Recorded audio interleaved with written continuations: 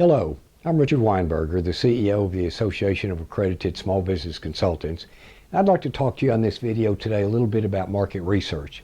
If you're a consultant dealing with small businesses and your clients are not doing any market research, you need to discuss with them the importance of market research.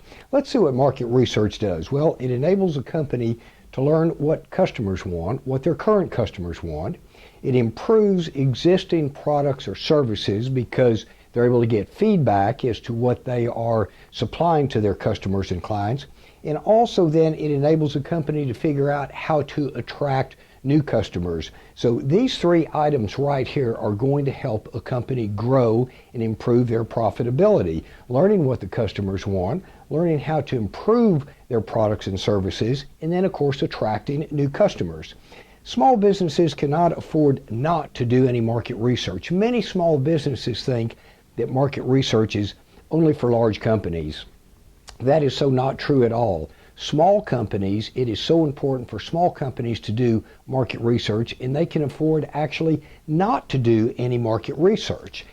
Some marketing dollars should always be allocated to market research, and we're going to talk about some of the things that a small business can do in the way of market research, because it does not have to be expensive at all. There are a lot of things that small businesses can do themselves. Now, if they want to hire a research firm, they can certainly do that, but a market research firm does not have to be hired at all. Now, look at some of the options that a small business can do to conduct their own market research. Talk to existing customers. This is so important. How many times does a small business simply sell, but they never really talk to their clients? They never really listen to their clients at all. Talking to clients, engaging clients in dialogue is a great way to learn again what do customers want, how can I improve my products or services, and it will give me ideas of how I can attract new customers. Obtain suggestions from customers. Customers love to give suggestions, and even though somebody might be the owner or manager of a small business and they think that they know how best to promote and sell and make their products or offer their services, it's amazing the suggestions you can get from the people that are on the other side, from the customers. Listen to them, get their suggestions.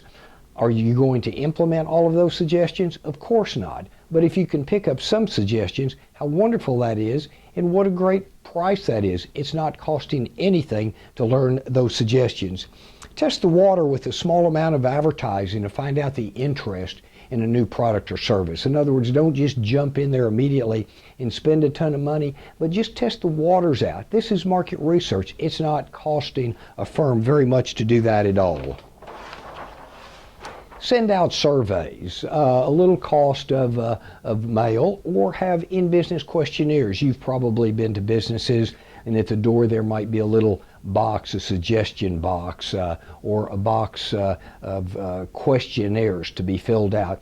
This is, again, an excellent way to hear from existing customers and clients that have been in your client's place of business. Listen to them. Let's see what they have to say. Review monthly activity for trends. This is a great way to do internal market research that is not costing the company anything. The information, the financial information on sales is already there. So why not take advantage of that and let's trend some of the revenue and see exactly where is the revenue coming from. Are there certain areas that are declining? Why? Are there certain areas that are increasing in sales? Why? What can we do then to increase those sales even more? And then determine the size of the market. Find out, is the market growing or shrinking? If the market is growing, that's wonderful. Then let's figure out how we can continue to capitalize on that market. But what about if the market is shrinking? Do we want to stay in a dying business? Well, we might continue in that business, but how do we wind up then changing our product mix or our service mix to take advantage of what the current trends are in the market, what the customers actually want? Then it's so important, research the competition. That's easy and that's inexpensive. It's not costing anything. Research the competition for pricing.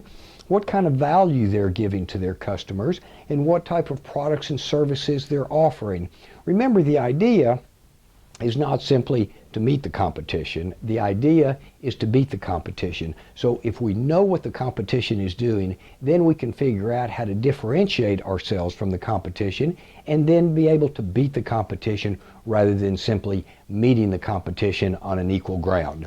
Research any professional studies that have been done. Check out the internet. There's all kinds of white papers and studies that are done on obviously a variety of topics, businesses, industry, services. Find out what kind of professional studies have been done and how that relates to your client's business. Interview prospective customers. Find out actually what prospective customers want. Great way to find out exactly what their desires are, what they seek in the way of benefits, how we can solve some of their problems, how we can provide solutions to their problems. Analyze the company's customer base. All companies will have a core base of customers. So let's find out what is that core base of customers. We're certainly interested in the fringe edge. We're certainly interested in all of our sales. But it's important to find out who are our core customers so we can concentrate our marketing efforts on those particular customers. And then even establish an advisory board just to get a fresh set of eyes. And that would be to advise your clients, well, pick 5 or 6 individuals that are astute in business, that they respect their opinion, that they're business individuals themselves, and set up maybe a monthly dinner or a quarterly dinner. These board of advisors, they don't need to be paid. Individuals are more than willing to help other people, and they're flattered if somebody says, would you be on my board of advisors and give me a fresh set of eyes? Tell me what you think we're doing right, maybe what we're doing wrong, how we can improve. It's a great return on investment. So then after we've done this market research then actually leads us to a lot of questions that we have to ask ourselves, being in business, questions that you can work with your clients on, and that is, are market opportunities clearly defined? Well, that goes back to a SWOT analysis. You should be helping your clients prepare SWOT analysis, and obviously one of the 4 sections on the SWOT analysis are market opportunities. So are the market opportunities clearly defined? Do we actually know what those market opportunities are? And then how can we capitalize on those opportunities? And are we capitalizing on those opportunities? Is the company, products, or services branded? That's what we have to ask ourselves also. Is it actually branded? If it is branded, then you might ask your client, well, tell me specifically how your company is branded, or how the products or services are branded. Let them express to you in very specific terms, and then you can help your client decide, well, is the company really branded, or are their products and services branded? And then if it's not branded, then how can they become branded?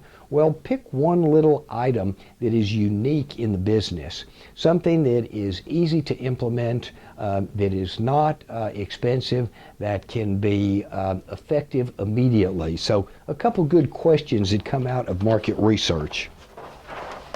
And then we ask ourselves, of course, then, is the pricing competitive? We're going to find that out through our market research. We might think we're competitive when in fact we're not.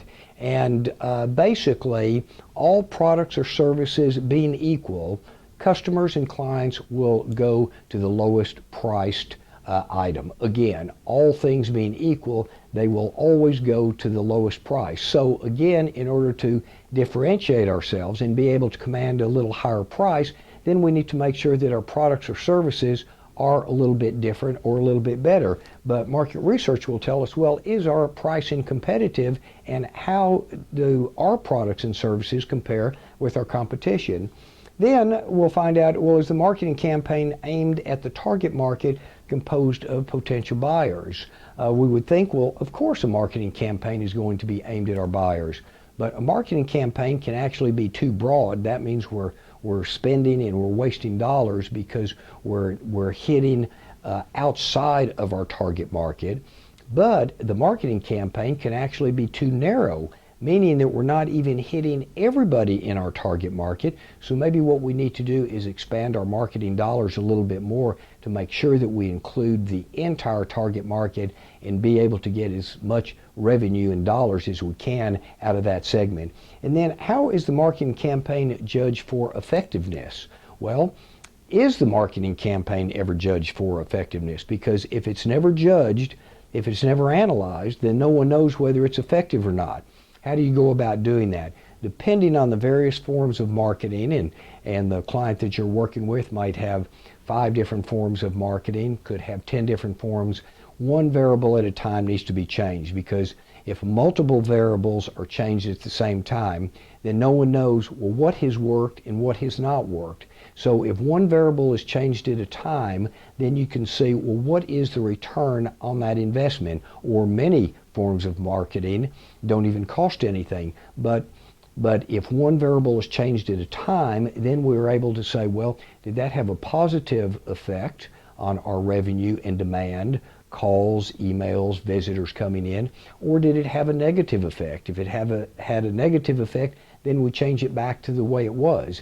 If it had a positive effect, then maybe we continue to change that more and more until we realize that we reach a threshold. But that's what marketing research does also. And let's remember that the marketing advantage, why are we even talking all about market research and marketing and branding? Well, the marketing advantage goes to a company that understands why customers buy. Market research is going to help with that. A company that sells benefits, not selling what your client wants, but selling benefits to customers and clients, sells solutions to the problems and desires that their customers and clients have, offers superior customer value. Again, all customers look for value, and they also appreciate being valued. And also the marketing advantage goes to a company that creates a favorable, memorable experience. And this is so important. We don't want to just have a client or customer come to us one time, but we want that same customer to come to us multiple times over. We want to leverage that customer by having that customer have a repeat buying experience with us, and also telling others. So a favorable, memorable experience is so very important. So if your client is not doing any market research, discuss with them how market research can help, the various ideas that it really doesn't cost hardly anything to do market research, and how valuable it can be. Thanks for watching the video. I hope you enjoyed it.